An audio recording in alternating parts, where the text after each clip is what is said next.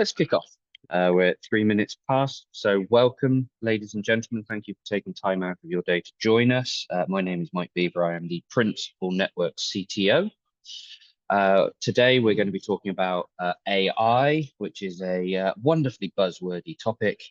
But we're going to talk about governance a little bit and how if we treat AI like we treat our users, we can retain a much greater degree of control, much better measures as we all embark on our AI journeys. So without further ado, let's start with a very simple and very bold statement. Those of you who know me or those of you who have seen my talks before, you will realize that I love a statement. So identity is the heart of all cybersecurity.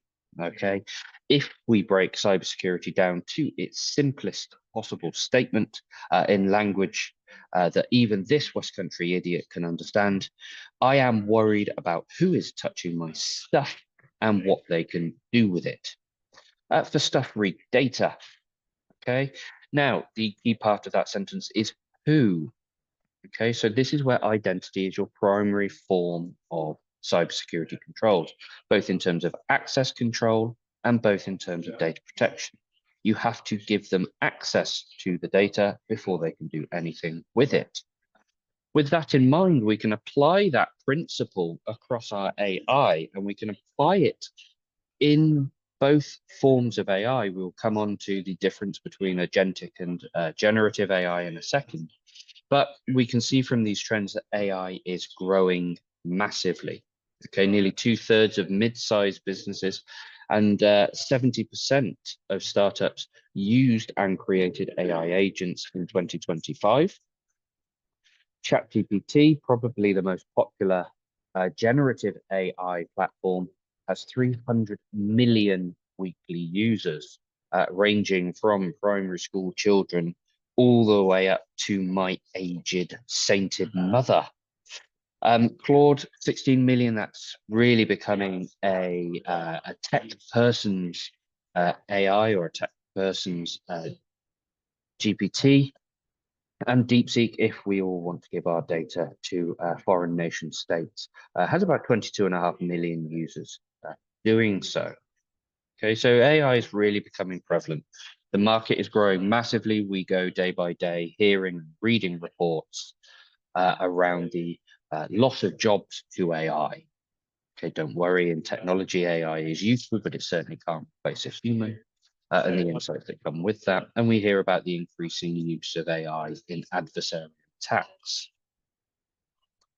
In my mind, I think in general, there are two types of AI.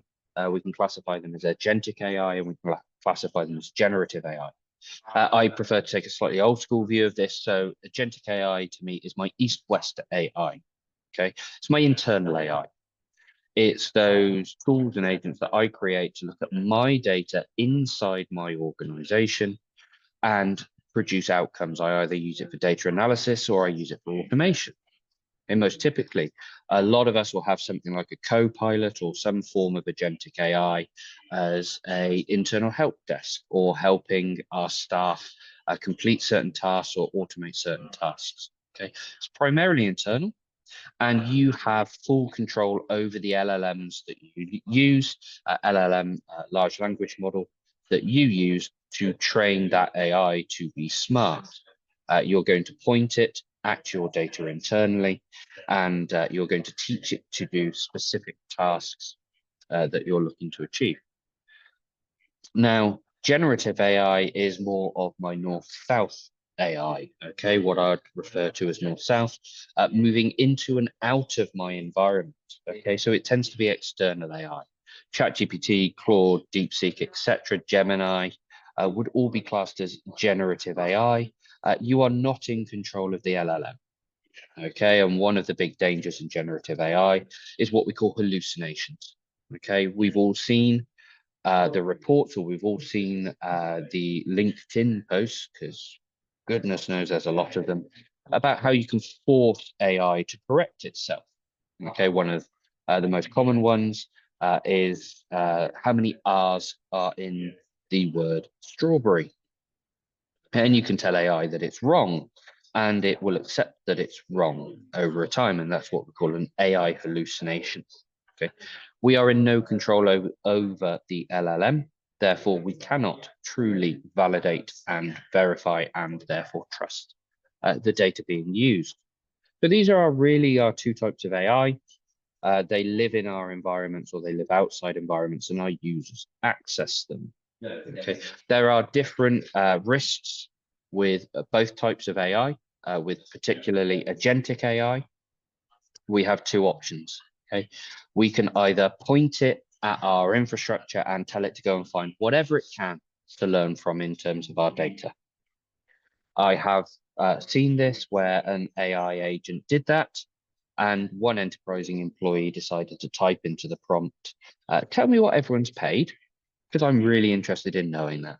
And because the AI agent had access to the backend financial system, it went and found that information and promptly told that employee what everyone in the organization was paid. There were some very uncomfortable conversations over the next few weeks. Okay, so that's our first choice. It's a challenging choice. We'll come on to why it might be a bit more of a challenge in a second. The second option you have, rather than just pointing your agent at your entire infrastructure, is to bring the data to the agent. So create a separate storage area, bring the data into that storage area and have much more control over the LLM and the data sources that it's learning from. Okay, the inherent challenges with this, of course, are one, understanding where all your useful data is, and two, the increased in storage costs that you might generate by creating an entirely new storage area and replicating or duplicating large amounts of your data in order to train that agent.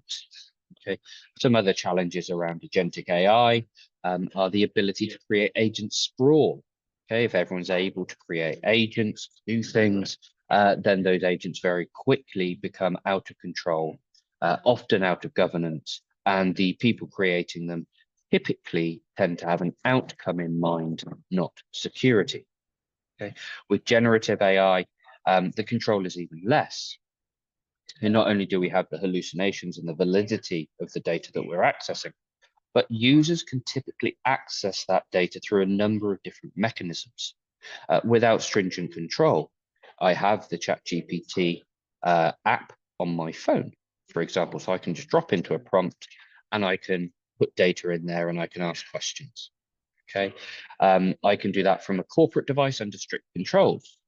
Principal Networks are primarily a security company, so we have done a great deal of work in restricting those controls. We'll come on to some of those mechanisms later, but we have things like users, again, looking for an outcome and perhaps not thinking in a security point of view. So what they might do is upload a large spreadsheet and ask ChatGPT to find the patterns within that spreadsheet. They might upload something as simple as a phone number and say, tell me who this number belongs to. Okay, once the data is uploaded, it is now present and embedded in that LLM and can be accessed by anyone using that same ChatGPT and asking the right questions. Okay, so there are different inherent security risks in dealing with both forms of AI. And obviously, we still have to maintain the balance of user experience. Generative AI, agentic AI are incredibly useful tools, but we're not treating them like users. So in the same way, my proposition is that in the same way that you are going to manage your users, you manage your AI as if they were users. Another bold statement, AI will access your data. Okay, as soon as you put data in a prompt, you are going to give that data to the LLM. To be very aware of that. Okay, understand that you are going to have to control that access. Therefore, data classification is vital. Okay, and this is one of the biggest challenges that we have in technology. Certainly in my mind, for the last 14 years, we've been doing it wrong. Okay, we've been really taking models and we've been creating flexibility within that model.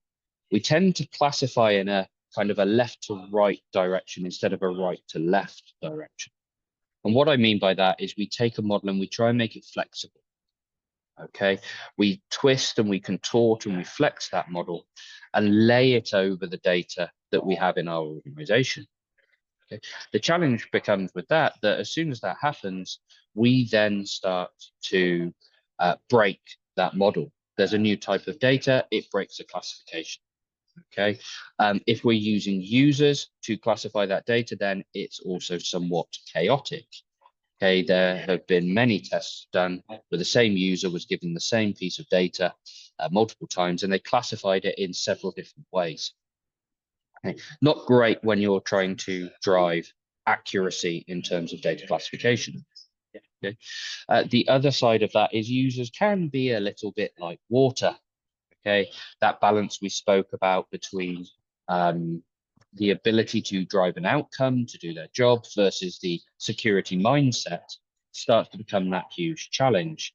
Once a user realizes that the classification of a document prevents them doing the thing they want to do with it, they will simply reclassify that document given half a chance, so that they can email it to their own personal email address or send it to a customer or upload it to a file sharing platform.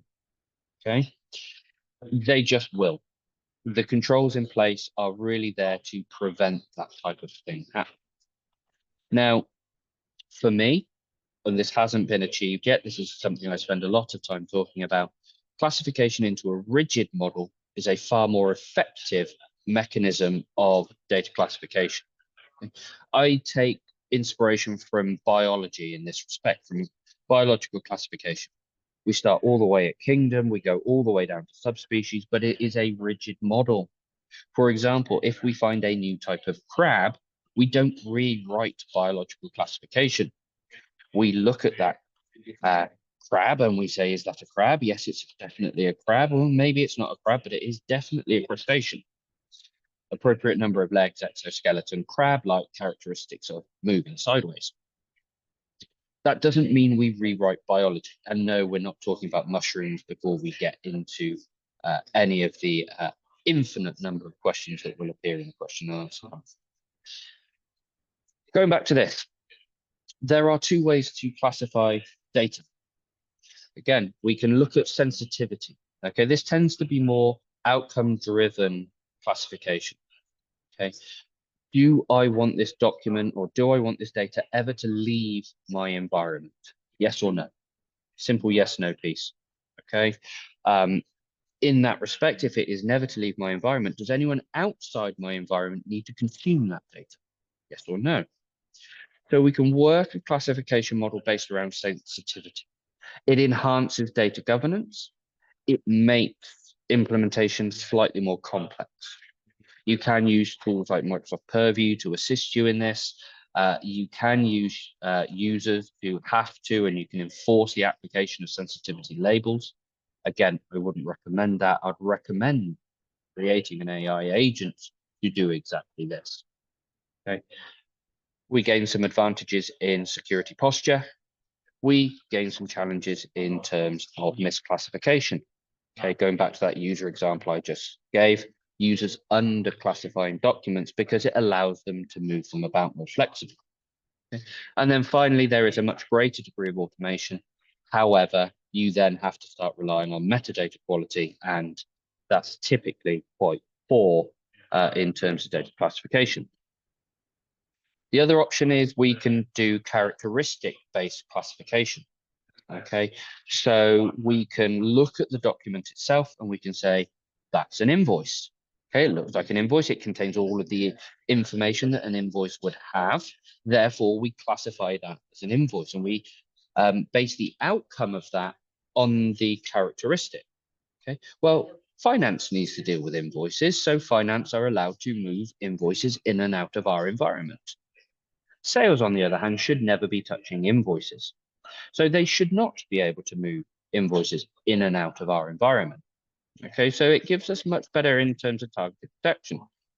More subjectivity and classification, although the number of templates and standardized documents we use offsets that to a degree.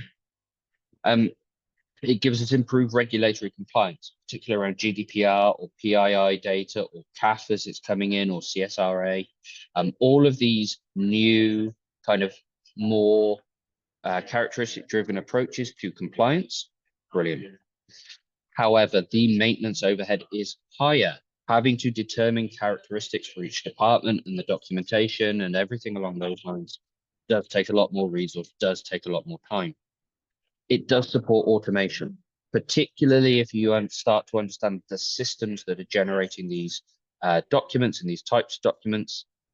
So it supports that automation. It supports that kind of more targeted protection we spoke about before. However, you can be lulled into a false sense of security. Okay. The upshot of all of this, I'm terribly sorry to say, is that there is no such thing as a perfect architecture. There is no such thing as a perfect classification. It is all a series of trade-offs. I'm terribly sorry. However, we can start. Now, don't get overwhelmed by this. The attempt to classify the data from an organization that has been in existence for a large number of years is terrifying. Start small. Start with those templated documents, start with that structured data, and off we go. We go from there. We do bite-sized things. Okay, we start with a compliance framework in mind, and we work from there. Okay. Now, on to the slightly more technical pieces. Okay, so bear with me on this. In order to be as secure as possible, or to deliver the best amount of control as possible and integrate this into your data protection strategy most efficiently, you absolutely must inspect that data at the WebSocket layer. Okay, doing it post prompt is not effective because the data's already gone out. Okay, you cannot just inspect the answer coming back in. You must do it at the WebSocket. The ability to do this allows you to inspect the data as it is put into the prompt. Okay, that allows us to make a decision on even whether to ask the AI or the LLM the question we're asking. Okay, we can block at the prompt level. Being able to do that allows us, and then being able to report on that allows us to be much more effective in preventing the information ever leaving in the first place and preventing inappropriate queries delivered by the users. Okay. Absolutely fundamental. There are a number of technologies out there that will inspect at the WebSocket. Wonderful thing is that WebSockets are made open. At Principal Networks, we are a highly skilled Zscaler partner. We use the Zscaler generative AI functions to do this. So it integrates with the website. In the same way, going back to our data classification model, we must start to understand DSPM. Okay. Now, this is very much a Gartner term. DSPM stands for Data Security Posture Management. Everything is a CSPM now, or everything is an SPM now. There's CSPM, Cloud Security Posture Management, SSPM, SaaS Security Posture Management, DSPM, Data Security Posture Management. I am sure there will be more. Okay, it's a pretty good Scrabble score as well. So we don't mind that in terms of the acronyms. Okay, now in Data Security Posture Management, this is where we really start to understand that data and its classification. Our guidance, and we would be delighted to come and talk to you about how we can create that kind of that platform concept, that holistic view of the world. Our guidance has as much of this as possible funneling through a single security control plane, so a single DSPM control plane to both categorize and to apply the same security posture to that data, no matter where it's coming from, no matter where it's going to, no matter who's generating, no matter how it's being generated. Okay, having that in a single posture simplifies things massively. Okay, single control plane allows you to have a single policy set. A single policy set allows you to be much more comprehensive and granular in the design of that policy set. Instead of having to try and replicate similar capabilities, similar features, similar functions over multiple technologies, creates the opportunity for far fewer gaps, okay, allows us to focus our efforts in a single place and apply that across what we're trying to do. Okay. Again, this is Zscaler's approach to DSPM. Other vendors are available. We work with other vendors that have a very heavy focus on DSPM. Wiz, for example, is excellent at dealing with DSPM in public cloud environments. Okay. So the first thing we do is we look at the data stores, we look at where your data is. In a number of cases, having this single control plane will actually highlight a number of data, a number of locations your data is that potentially you had forgotten or you simply didn't know about, because our users have access to store data in file sharing applications on their local devices in all of these different types of things. Okay, so we can go and find that data. Okay, we can map that, we can understand the environment that it lives in, we can understand the risk associated with those environments, and then we can remediate those risks. Okay, we can take action.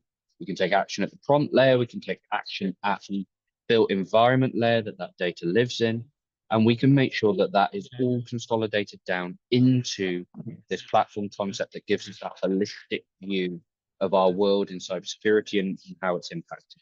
Okay, we define it once. So a couple of more technical principles. We'd happily go into these in more detail with you. This is only a 30-minute webinar, so we don't have too much time to go through. Now, some additional controls, and this is where we start to treat AI more like a user. We've already just seen that if we take a holistic approach to this, we apply it through that single control plane, our users are going through that exact same control plane.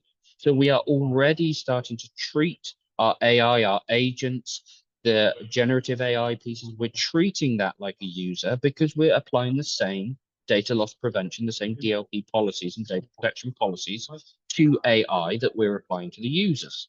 So we're not treating it in isolation or treating it separately. 4 other things we can do, we can limit the token sprawl. We do this with users all the time. We make them multi-factor authenticate. We make them reauthorize. We control their permissions. So we start to limit them and the tokens that they can generate in the back end for that session maintenance, for their logins, for those sensitive sites. The same should be true of agents. You limit the tokens sprawl across those agentic AI agents. So they can only do the things that you want them to do. They can only access the things you want them to access.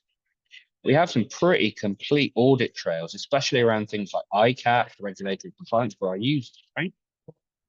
We should do the exact same thing on agentic AI. Where's it been? When did it go? Who asked it to go there? What did it try and access? What was it looking for?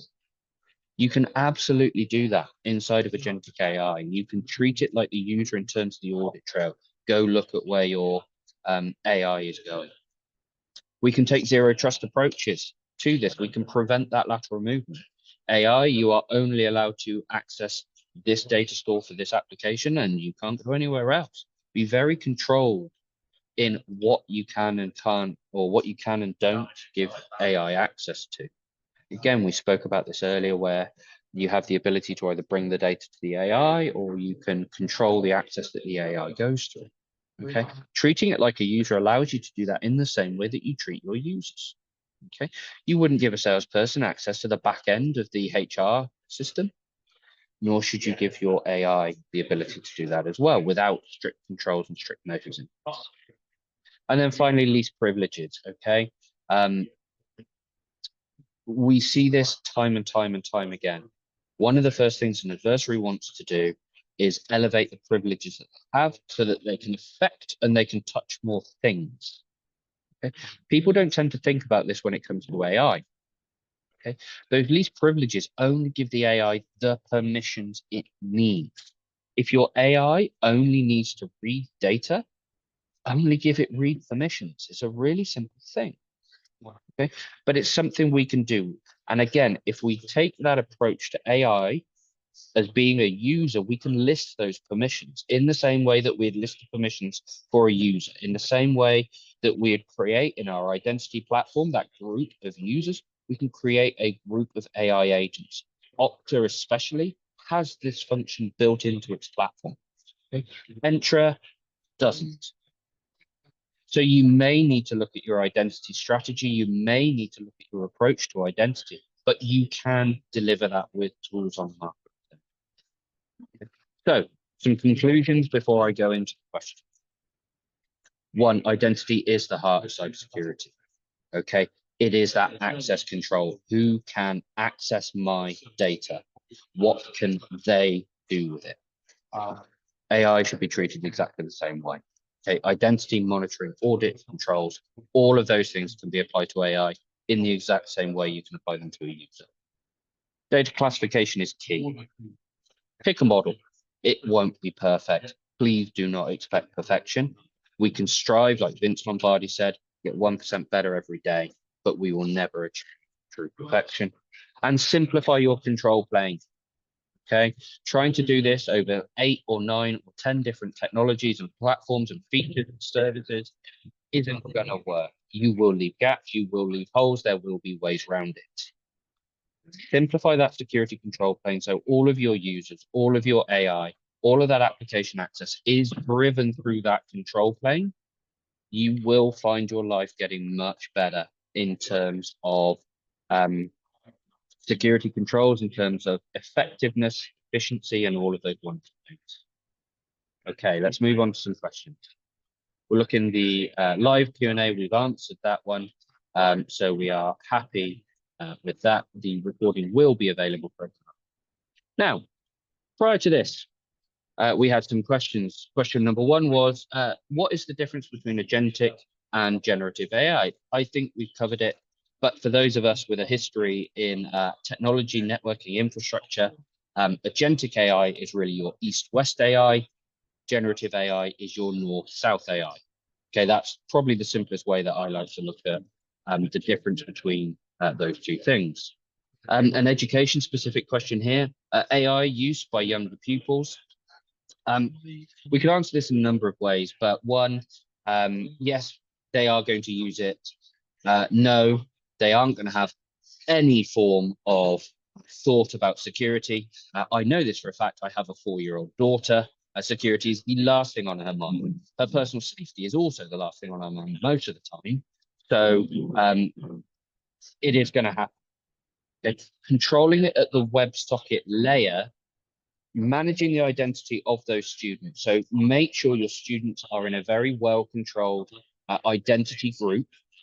Manage that and put highly restrictive controls on the data protection policies and what they can and can't put into the prompt in order to access the information in the first place, let alone bring it down and gain access, let alone move that up to the internet. There's been a very hot LinkedIn debate about an 11-year-old child who created a Facebook for his classmates, for his school, and the school shut it down instantly. Not because they were trying to kind of derail the initiative and the enthusiasm of the child creating it, but more that the data potentially being uploaded and submitted into that non-controlled platform was highly personal, highly dangerous if it got into the wrong hands. Okay? Remember the public backlash that there was from the kiddo data breach in the nursery chain. Okay, AI use by younger pupils can be controlled, has to be done at the WebSocket layer. Okay. How can agents be managed by users? Like users, exactly the way we've described. Ascribe them an identity in your IDP. Apply the thought process, the policy process that you would apply to a user. Be really strict in applying those zero trust and least privilege controls, and make sure you audit, monitor, control, and you'll be able to treat them like a user in that respect. Works for agentic AI, less so for generative AI, but again, we've answered that by controlling at the prompt and managing our users in what they can do with our data protection strategy. That will then therefore control the generative AI and what they can access in terms of that. AI hype, risk versus reality is probably an entire new topic for a webinar. There is a reality. Okay, deep fakes exist. This is one you can try yourself. Okay, you can go into a chat GPT, you can go into a prompt, you can say, write me an email in the style of Dolly Parton. Okay, and it will probably write you an email in the style of Dolly Parton. You can say, rewrite that email in the style of my CEO. My CEO's name is this, and their LinkedIn profile is this. It will go and look at that LinkedIn profile. It will curate that information. It will look at previous press releases. It will then write a style, an email style in the style of your CEO. Okay. So it feels it feels like it comes from that CEO. It looks like it comes from that CEO. The language feels right. It passes that sniff test. It might contain a link to a malware site. Okay. We will see it used in phishing attacks. Phishing attacks will become more spear phishing. So highly targeted, highly done. We've seen the deepfake videos. They're not as easy to produce as you would think. There needs quite often to be a lot of content of that person speaking in public in order for them to get the inflections and the tones and the style of language. They can be done though. Don't get me wrong, they can be done.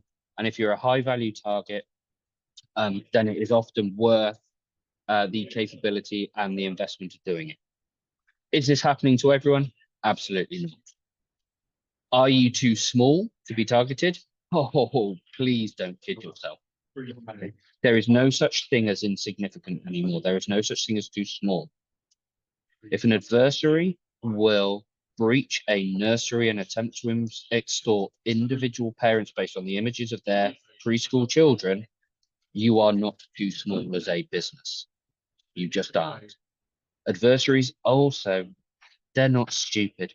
They might have downloaded some easy use tools. They might have found something that they can breach your environment with, but they are also pretty good at working out the limit to which you're probably going to pay. They don't send the same ransom amount out to every organization, regardless of size. They quite carefully curate the amount that they're going to extort you for, and they're pretty good at balancing that threshold. Okay, so don't assume you're insignificant anymore. Please take it very seriously. I don't think there are any more questions answered in the chat. If there are, I will stay on here quite happily for the next 5 minutes. If anyone wants to pop anything in the chat bar or in the question and answer tab, and I will do my best to answer it. For those of you who want to discuss this in more detail, want to discuss this specifically as it relates to your environment, please do get in touch. We will happily come out and we will do an architecture workshop with you. Give me a whiteboard, give me a set of colored pens, and I will spend probably 3 or 4 days talking about all the different things we can do. But you can rein me back in and we can talk about specific things too. So with that, thank you very much for coming. Hope you've enjoyed it, and stay tuned for more webinars coming from Principal Net.